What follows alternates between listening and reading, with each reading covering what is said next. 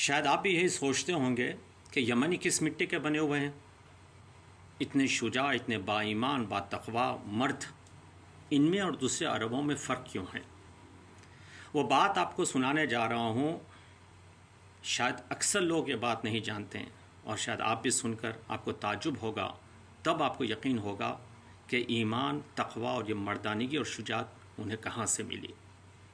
سب سے پہلے یمن کے بارے میں کہوں کہ یمن میں اسلام آنے سے پہلے ایرانیوں کی حکومت تھی وہاں پر، اور یمن کی قوم وہ پہلی قوم ہے جو حضرت ابراہیم کے دعوت حج کو انہوں نے قبول کیا. اور جب فتح مکہ ہوا تو نبی صلی اللہ علیہ وسلم نے خالد بن ولید کو وہاں پر بھیجا کہ لوگوں کو اسلام کی طرف دعوت دیں. 6 مہینے گزر گئے، کسی نے بھی اسلام کو قبول نہیں کیا. نبی بہت ناراض ہوئے، اس لیے کہ نبی کو آئندہ کے بارے میں خبر تھی کہ یمنیوں کا مقام کیا ہے. پھر انہوں نے امام علی کو بھیجا. امام علی وہاں پر پہنچے. نماز کے بعد انہوں نے نبی کا پیام جو تھا وہ انہیں سنایا، اور لوگوں نے علی کے ہاتھوں بیعت کی اور اسلام لائے. اور سب سے پہلا قبیلہ جو وہاں پر اسلام میں لایا وہ حمدانی قبیلہ تھا. اور جب نبی کو خبر ملی تو انہوں نے یمنیوں کے حق میں دعا کی. اب ہمارے بہت سے یمنی بھائی ہیں جو ہندوستان اور پاکستان کے مختلف شہروں میں بسے ہوئے ہیں. ان کو میں کہوں کہ نبی نے ان کے بارے میں کیا کہا تھا.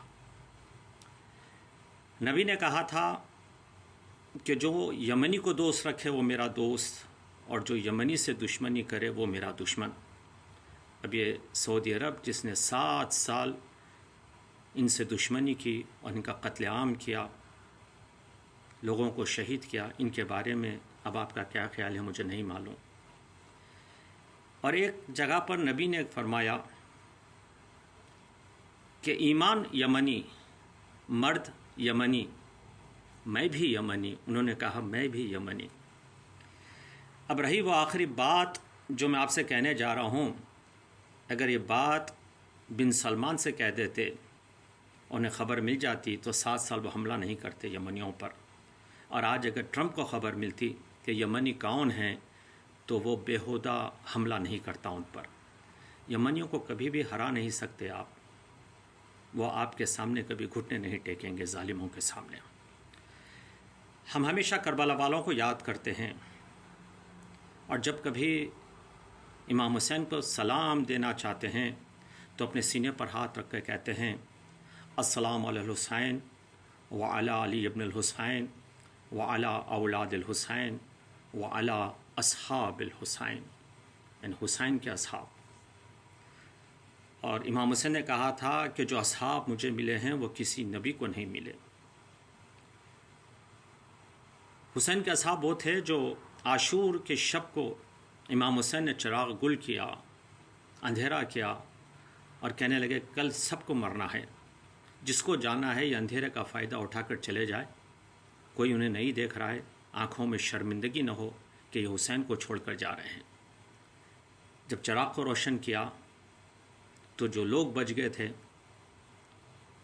یہ وہ لوگ تھے جنہوں نے امام سے کہا کہ اگر ہمیں قتل کیا جائے، ہمیں ٹکڑے ٹکڑے کیے جائے، گھوڑوں کے ٹاپوں کے نیچے پائمال کیا جائے، مسلح کیا جائے، ہمیں پھر زندہ کیا جائے، پھر اسی طرح مارا جائے، اگر 70 بار ہمیں اسی طرح زندہ کر کے مارا جائے پھر بھی اے حسین ہم تیرا ساتھ نہیں چھوڑیں گے. اب میں حسین کے اصحاب کے بارے میں کہنا چاہتا ہوں جس پر ہم سلام بھیجتے ہیں. کربلا کے 72 شہید تھے، ان میں سے 18 اہل بیت اور بنی ہاشم کے تھے. 72 میں سے اگر آپ 18 کو نکالیں گے تو بچیں گے 54. ان 54 میں 34 یا 43 یمنی تھے. آپ کو خبر ہے؟ تو یمنیوں کی شجاعت اور ان کی ایمان، یہیں سے آپ کو اس کی مثال ملتی ہے. اس لیے نبی نے کہا تھا ایمان یمنی، مرد یمنی، میں بھی یمنی. ہم بھی سلام بھیجتے ہیں ان با ایمان، با تقوی، شجاع اور مرد یمنیوں پر جنہوں نے 1400 سال گزرنے کے بعد بھی حق کا ساتھ نہیں چھوڑا اور ابھی بھی حق کے راستے پر چل رہے ہیں۔ سلام ہو یمنیوں پر۔